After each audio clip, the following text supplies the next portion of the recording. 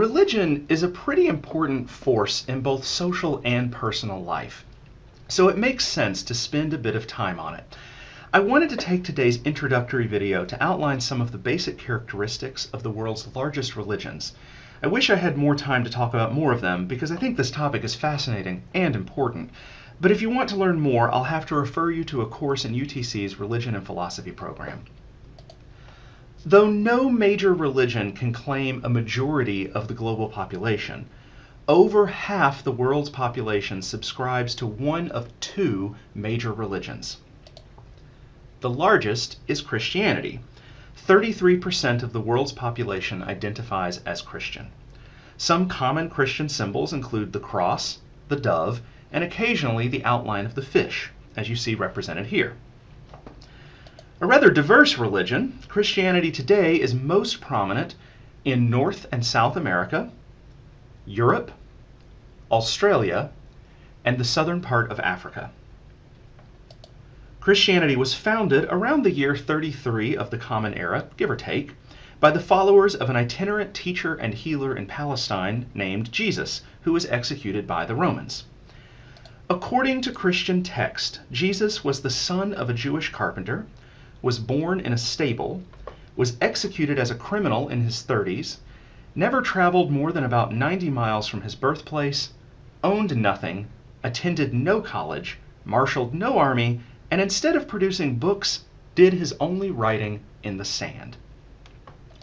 He would have been born during the reign of Herod the Great, but most likely a few years prior to when commonly assumed. He would have grown up Jewish, and in his early 30s was baptized by the prophet John, thus beginning his between 1 and 3 year ministry as a teacher and healer. In time, he incurred hostility from some of his compatriots, as well as the suspicion of Rome, and this led to his crucifixion on the outskirts of Jerusalem. After Jesus' execution, his followers claimed to have encountered the spirit of their late teacher, who instructed them to continue his work, and thus a religion was born. Christians have three primary beliefs, though it's worth noting that how these beliefs are specifically interpreted and applied can look very different from one subset of Christianity to the next. But generally speaking, those three beliefs that span Christianity include that Jesus is Lord, that God is love, and that one should love God and one's neighbor. Now, as indicated, there are numerous denominations of Christianity. Generally speaking, though, they cluster into three primary branches, and those branches are known as the Roman Catholic branch, the Eastern Orthodox branch, and the Protestant branch. Now, Protestantism in particular has splintered into numerous further subsets. Best estimates are that there are over 900 in the US alone, although it's also worth noting that about 85% of Protestants belong to only a dozen denominations. The second largest religion globally is Islam. 23% of the population identifies as Muslim. Muslim is the word used for people who subscribe to the religion of Islam. Common Islamic symbols include the star and crescent, or actually more commonly, the Arabic script for Allah, which is often highly decorated and may be put into clothing or worn on jewelry. Now, the name Islam derives from the root SLM, which means primarily peace. That's salam in Arabic, and note that this is similar to shalom in Hebrew. In a secondary sense, Islam also means surrender. Its full connotation, in fact, is the peace that comes when one's life is surrendered to God. This makes Islam one of two major religions that is named after the attribute it seeks to cultivate, in this case, life's total surrender to God. And for those of you wondering, by God, yes, we mean the God of Abraham and the God of Jesus, the same one worshipped by Jews and Christians alike. Allah comes from al-Ilah, or the God. Not a God, but the God, quite literally. Note also that in English we typically say Allah, but in Arabic it would be more accurate to say Allah. Islam is most prominent in Northern Africa, the Middle East, and the South Pacific. Islam was founded in the year 622 of the Common Era by a caravan merchant in the Arabian Peninsula named Muhammad. Muhammad claimed a series of revelations from God.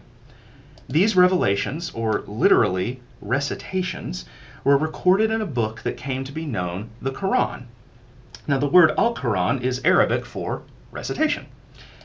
Muhammad had these revelations over a 23-year period, and in that time drew an ever-growing set of followers, had to flee the city of Mecca for fear of his life, and 7 years later returned triumphantly to take control of the city and establish the patterns that eventually became known as Islam. Muslims have three primary beliefs, and those include that it is right to worship Allah, that the world is good because it was created by Allah, and that Allah requires a disciplined, ethical life. And they meet these beliefs through what are known as the 5 pillars of Islam. In a way, we might think of these pillars as the primary rituals of Islam. Those 5 pillars are the Shahada, which is the confession of faith, the Salat, which includes daily prayer, Ramadan, which is actually a month in the Islamic calendar as set aside for a period of fasting, the Zakat, which is an annual tithe on one's not income but wealth, and the Hajj. The Hajj is a once-in-a-lifetime pilgrimage to the holy city of Mecca. Now, like most other religious traditions, Islam is not monolithic. Shortly after Muhammad's death, the religion split into 2 primary groups which have endured through today. The larger branch is known as Sunni. Sunnis make up roughly 90% of Muslims in the world. And the smaller branch is known as Shia. Shiites make up roughly 10% of the Islamic world. They are found primarily in Iraq, Iran, and Yemen. And of course, other branches of Islam also exist, such as the Sufi, the Kharijite, the Ibadi, the Ahmadiyya, and a few more recent ones.